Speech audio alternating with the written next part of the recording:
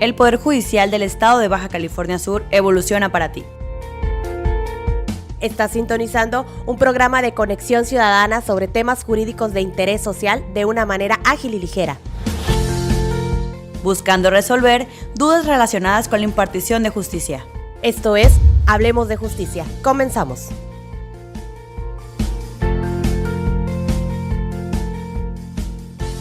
¿Qué tal? Muy buenas tardes. Estás escuchando Hablemos de Justicia en un programa muy interesante que el Poder Judicial tiene para todos ustedes, el síndrome de alienación parental. Soy la licenciada Livia Vázquez y los saludo desde la radio de Sud California. Esta tarde, como siempre, me acompaña la licenciada Ligia Patricia Muñoz Peña. ¿Cómo está, licenciada? Hola, muy bien. Un placer estar aquí de nueva cuenta.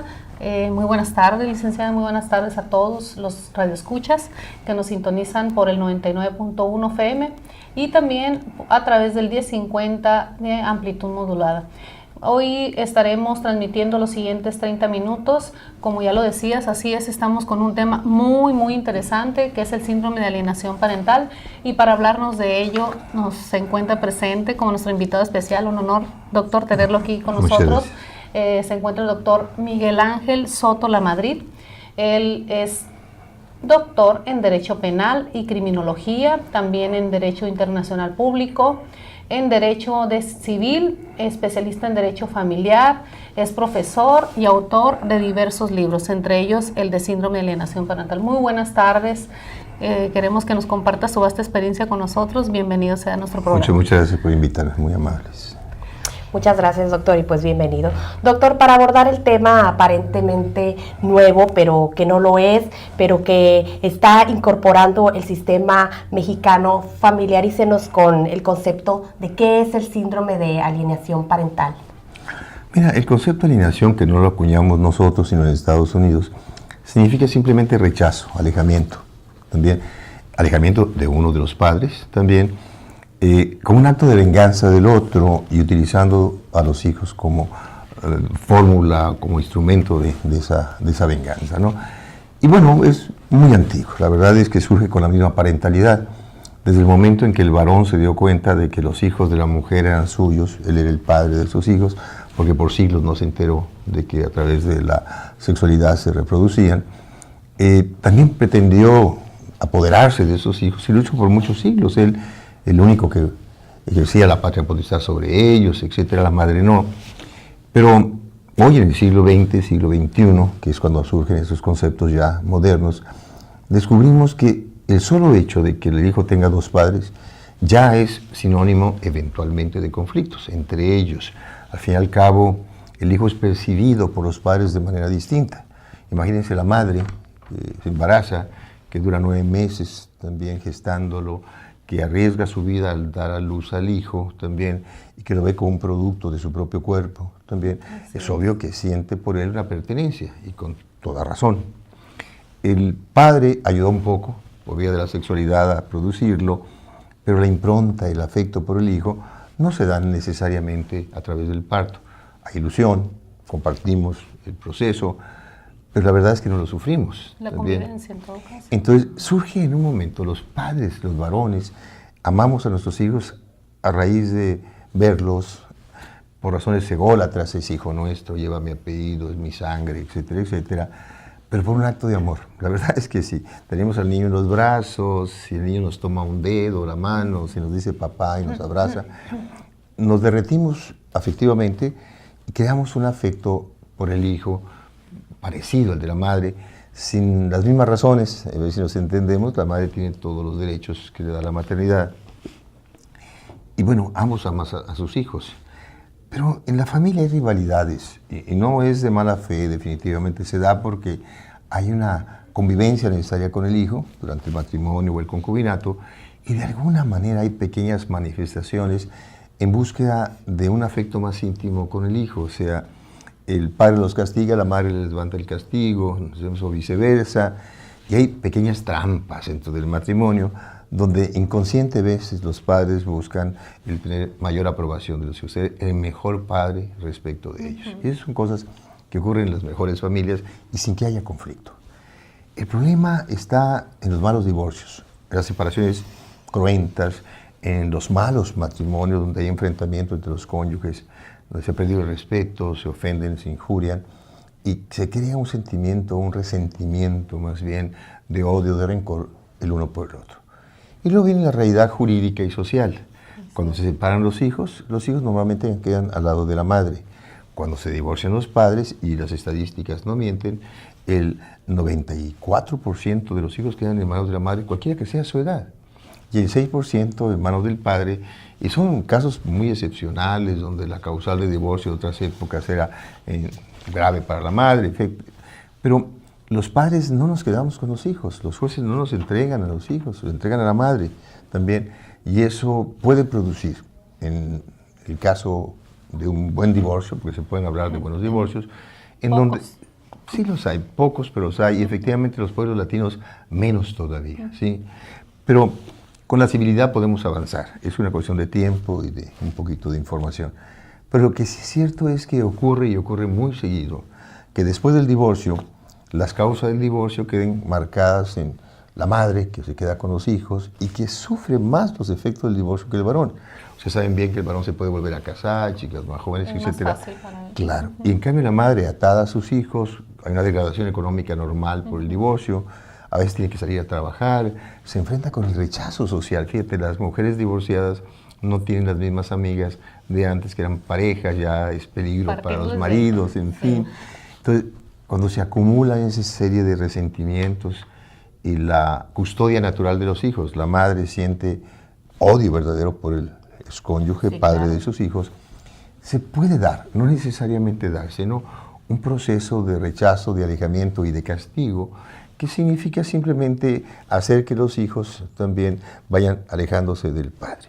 Los esconde, no es el derecho de visita, los enferma, no le cumple, no le pasa las llamadas, no le lleva los regalos, los tira, ridiculiza los regalos que le da el padre, ¿no? Doctor, vamos a una pausa y regresamos. Estamos en Hablemos de Justicia por la radio de Sud California.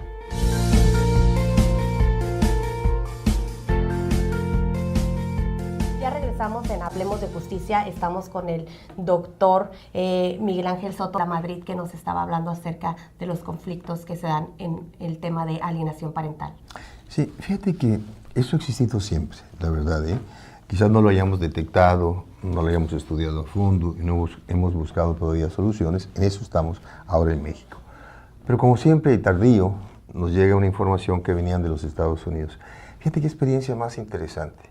En Estados Unidos, donde también en los años 60 o 70 la madre prevalecía sobre el padre en la asignación de la custodia de los hijos, en el divorcio en particular, comenzó a haber una evolución, ahora en favor del hombre, no de la mujer, donde el hombre reclamó de alguna manera el derecho a custodiar a sus hijos también. Admitía que los niños menores de 5 años, de 7 años, tuvieran que estar necesariamente con la madre si no había ningún inconveniente, pero después de esa edad se declaran capaces de poder atenderlos. Nunca nos escucharon, podríamos hablar así, hasta una película. Fíjate qué cosa, ¿no? 500 libros no hacen el impacto de una película. No sé si la recuerdan ustedes, Kramer contra Kramer. También. Es una película extraordinaria donde ella se va, le deja el niño a él y él es capaz de criarlo durante un tiempo. Luego lo lleva a los tribunales, ella que vuelve arrepentida, y aunque el juez resuelve en favor de ella, al final decide, al final de la película, ya la conté, lo siento mucho, también dejárselos a él. Lo importante es que el mensaje de la película es: soy capaz. Yo, padre, varón, soy capaz de cuidar a mis hijos. Probablemente no al inicio, no a los primeros días de nacido, donde la intuición de la madre es absoluta, donde es necesaria porque el niño recién nacido la encuentra como objeto de protección. Estuvo en su vientre tantos 9 meses y todo. Pero los niños comienzan a alejarse, a independizarse a los 6, 7 años, 5 años cuando van a la escuela. Y después, con el paso del tiempo, el ser protector, también el ente protector, es el papá, el poderoso, el que defiende animales y esas cosas, ¿no? El problema es que en Estados Unidos ocurrió en los años 80 un fenómeno jurídico, y estamos hablando de un tema legal también. Resulta ser de que los padres arremetieron a los tribunales pidiendo la custodia de los hijos durante el divorcio, o después del divorcio metían juicios especiales para que se les asignara esa custodia. Incluso nace en los Estados Unidos la custodia compartida, donde la mujer lo tiene 1 año y el padre 1 año y se lo devuelve a ella y así. No, es una solución magnífica para la coparentalidad cuando ellos no vivan juntos también. Entonces, el padre obtuvo en los Estados Unidos una nueva cuota de certidumbre, de credibilidad, de capacidad. Y de aquellas ocasiones que de 100 juicios ganaba 3 o 4, comenzó a aumentar los nóminos y cuidado, podía tener 20 o 30% de éxito en 70, 100 respecto a la custodia de los hijos mayores también. Ocurrió, sin embargo, que los abogados de la mujer empezaron a oponerse y la mujer alegaba, al contestar la demanda, que no le asignaran a ese mal hombre a sus hijos porque los había abusado, los había maltratado en la vida de relación cuando estaban casados y le imputaba una situación gravísima que los tribunales, aún sin pruebas, pues tomaban en cuenta y se inhibían. Es decir, está bien, no me puedes comprobar eso, pero si fuera cierto, no le puedo asignar el hijo al padre, entonces quedaron inhibidos esa evolución donde el padre adquiere derechos mejores que otras épocas, ¿no? Y llegó un momento en que los abogados comenzaron a defenderse diciendo de que era una invención de la mujer, que no había pruebas, que lo hacía para evitar que la custodia se trasladara al padre, alguna cosa. Entonces, las mujeres, asesoradas por sus abogados, ya no les fue suficiente imputar. Era necesario demostrar que realmente había ocurrido algo malo que hacía al padre inhábil para tener la custodia. Y empezaron a inducir a los hijos, a influir en los hijos, a contarle lo malo que era el padre, a crear problemas de lealtades, diciéndole las cosas injustas que le habían pasado durante el matrimonio, también diciéndole que se lo quería llevar, que le iba a causar daño, y recordando anécdotas. A lo mejor un padre dio una nalgada alguna vez al hijo y te maltrataba, te acuerdas de aquella vez que te pegó, etcétera. Entonces comenzaron a mostrar a los hijos, a llevar a los hijos a juicio para que ellos dijeran si querían irse con el padre, si es cierto que el padre era maltratador o abusario, también, y fue terrible, de verdad.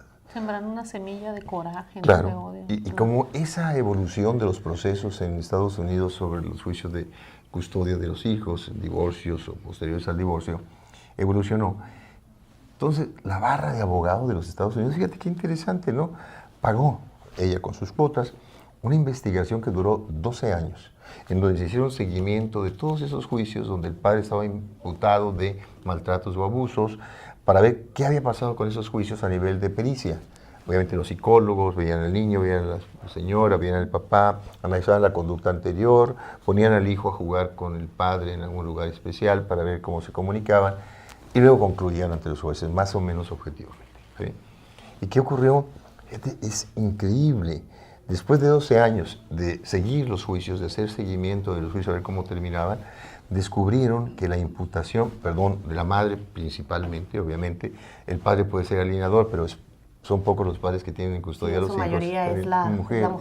Y no estamos hablando contra ella, estamos diciendo, si la mujer es la custodia natural, ella es la que normalmente hace alienación, porque tiene a los hijos en su poder para inducirlos, ¿no?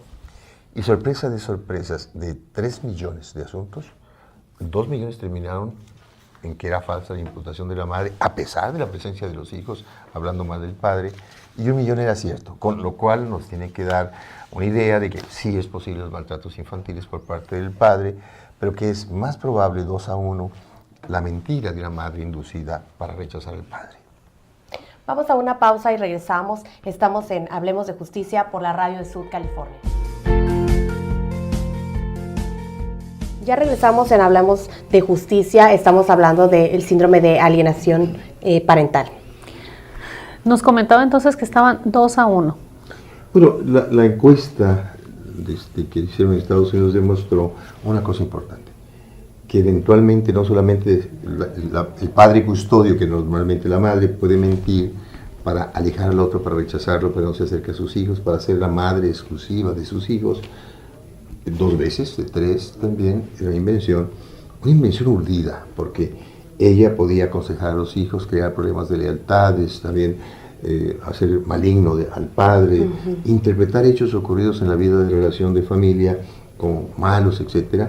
Y el hijo puede ir evolucionando en el rechazo del padre. Es un proceso. Se toma el nombre de síndrome de alienación parental como una desviación de la conducta humana, pero el síndrome no empieza siendo síndrome, empieza siendo un proceso también, y está marcado y ya analizado y estudiado a nivel mundial cómo se empieza y cuáles son los momentos que van ocurriendo y cuándo se produce el síndrome. En realidad el síndrome es el resultado de un proceso, no siempre se llega a él. El síndrome en realidad es del niño que no quiere ver al padre, lo rechaza y es capaz de testificar en su contra ante tribunales y ministerios públicos que le pegó, que lo abusó y todo lo demás, no siendo cierto. Una especie de lavado de cerebro, una mala interpretación de algunos actos en familia, ¿no? Y resulta ser de que, bueno, si identificamos los síntomas, y particularmente estoy hablando de jueces, estoy hablando de ministerios públicos, sobre todo de peritos que no conocen muy bien el síndrome, podemos operar bien para evitar esa terrible desviación de los conflictos familiares que hace del niño una especie de huérfano de uno de sus padres, un padre rechazado, enojado, indignado, peleando ante los tribunales también, y un proceso que puede llegar a la alienación absoluta, ¿no? Empieza muy simple, ¿no? Empieza negándole el derecho de visita al padre, le llama, no están, voy por ellos a las 6, no, porque están enfermos, los regalos no se los entrega, sus cartas no llegan, también los saca de ahí y va avanzando lentamente. El niño después del divorcio va con su padre, existe y todo, pero lo sigue, lo amaba antes, ¿no? Y de repente comienza a no querer salir con él, a preguntarle cosas ofensivas. Oye, ¿es cierto que a mi madre le hiciste tal cosa? ¿Eres malo tú? ¿Es cierto que? ¿Me entiendes? Entonces, obviamente se está creando un conflicto en donde el niño evoluciona en función de la influencia del custodio hasta el rechazo y la imputación ofensiva y falsa de algún maltrato o abuso también. Y bueno, es muy fácil imputarle, pues. Yo he bañado a mis hijos menores también a los 3, 4, 5 años y obviamente les lavo sus partes nobles, los seco y todo. Si tú me lo quieres interpretar mal, le toqué sus partes nobles, ¿me entiendes? Sí, alguna vez le da una nalgada o lo que ustedes quieran a un hijo por desobediente, es maltrato. Si tú lo evolucionas, si tú lo utilizas como referencia, eres capaz de crear la percepción del niño que eso fue un terrible maltrato, ¿no? El problema es que es un proceso y que puede terminar en su parte última, más grave, en un verdadero síndrome donde el niño rechace a uno de sus padres, normalmente el varón. Pero advierto que si el varón tuviera la custodia, la posibilidad de influir sobre sus hijos, podría ser alienación también, porque en los malos divorcios ambos imputan las causas del divorcio y odian normalmente al otro. Y bueno, algunos se alejan, es una manera de hacerlo, otros tratan de castigar al otro por lo que le hizo.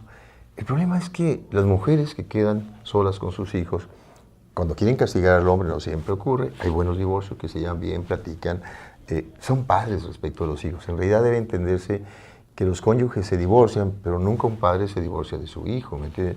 Entonces deberían ser amigos o por lo menos respetuosos para permitir que los hijos gocen de la figura paterna y la figura materna que son tan importantes para su desarrollo, para su crecimiento también, y a veces se bloquea ese desarrollo, ¿no? Entonces, nosotros tenemos que ser muy perceptivos de en qué fase también del proceso estamos, porque cuando esto ocurre, es muy probable que vía mediación y conciliación podamos llegar a un arreglo, siempre que conozcamos bien el fenómeno. Psicológico, pues podría ser un apoyo psicológico.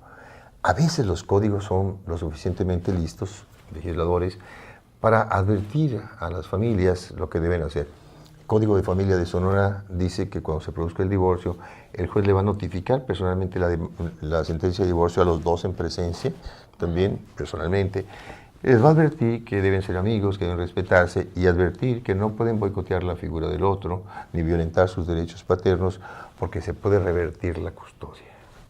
Y fíjate, no es cierto que el derecho de familia civil, como le quieras llamar, o el derecho penal sean la solución, pero podría ser la solución. No a través de códigos que le quiten a uno la patria potestad por haber obrado de esa manera con sus hijos, sino buscando soluciones intermedias, vía mediación, conciliación, vía apercibimientos, etcétera, y como última fórmula, la de pérdida de la patria potestad. En México, cosa rara, ¿no? Eso ocurrió en los Estados Unidos en los años 80, nos llega la información tardía, y estamos hablando que de los años, en ese siglo XXI, por ahí en el año, 2010, códigos comienzan a darse cuenta de la existencia de un fenómeno, una crisis familiar como es esta, en donde la víctima es el hijo. En realidad hay una violencia intrafamiliar creada por el padre alienante en perjuicio del hijo, que lo aleja y lo rechaza del padre y que crea una profunda lesión en el hijo porque se queda sin padre. Y lo más grave del mundo es que crece, la madre le insiste que el padre lo abandonó cuando realmente ellos lo rechazaron, lo alejaron, Y cuando llega a la pubertad del hijo, descubre que fue un instrumento de la madre para alejar al padre, para castigarlo. Descubre que no era cierto que el padre lo abandonó, sino que él lo rechazó. Se siente profundamente perdido y culpable, aunque haya sido un instrumento. Rechaza a la madre, la enfrenta, la abandona a veces, busca al padre, que originalmente fue alienado, y crucemos los dedos porque lo encuentre. Porque si fue tan gravemente injuriado el papá, lo llevaron a juicio penal, lo acusaron, le quitaron la patria potestad, lo estigmatizaron socialmente, el padre rechazaría la relación. Y lo más grave del mundo es para los que se preguntan por qué muchos hombres no pagan alimentos. Bueno, las razones son muchísimas, ¿no? Desde que no está en la cárcel, no tiene trabajo, está enfermo, hasta que es un mal padre que no quiere pagar porque no quiere y pudiendo hacerlo. Pero yo creo que un porcentaje altísimo, si no el 30, el 40% de los padres que no pagan alimento pudiendo hacerlo, lo hacen como una especie de revancha, entendible pero no justa, porque si mi ex esposa y mis hijos me rechazan en bloque y no me dejan acercarme a ellos y no me quieren, y me lo dicen, mis hijos que no me quieren, me vengo de ellos no pagando alimentos. ¿Sí me entiendes? Esa es la respuesta natural. Entonces, bueno, es entendible pues que cuando hay una buena relación con los hijos y con la ex esposa, los alimentos no tendrían por qué faltar. Se vuelve círculo. Dices. Exactamente. Ajá, muy interesante el tema y creo que hemos llegado a la recta final. Vamos a tener que... Estamos empezando apenas. Sí, apenas estamos empezando. Ojalá nos acepte de nueva cuenta otra invitación y darle continuidad ya en la legislación local también. Y qué puede hacer un padre que ha sido alienado, ¿no? Desde un hijo que ha sido alienado. La verdad que sí nos gustaría de nueva cuenta tenerlo presente en nuestro programa Hablemos de Justicia. Pues muchas gracias, doctor. Muchas gracias, licenciada. Muchísimas gracias, doctor, y muchísimas gracias a todo el auditorio de la radio de Sud California. Soy la licenciada Livia Vázquez y fue un placer estar con ustedes. Muchas gracias. El Poder Judicial del Estado de Baja California Sur evoluciona para ti.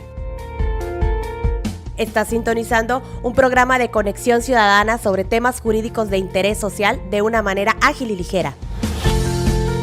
Buscando resolver dudas relacionadas con la impartición de justicia.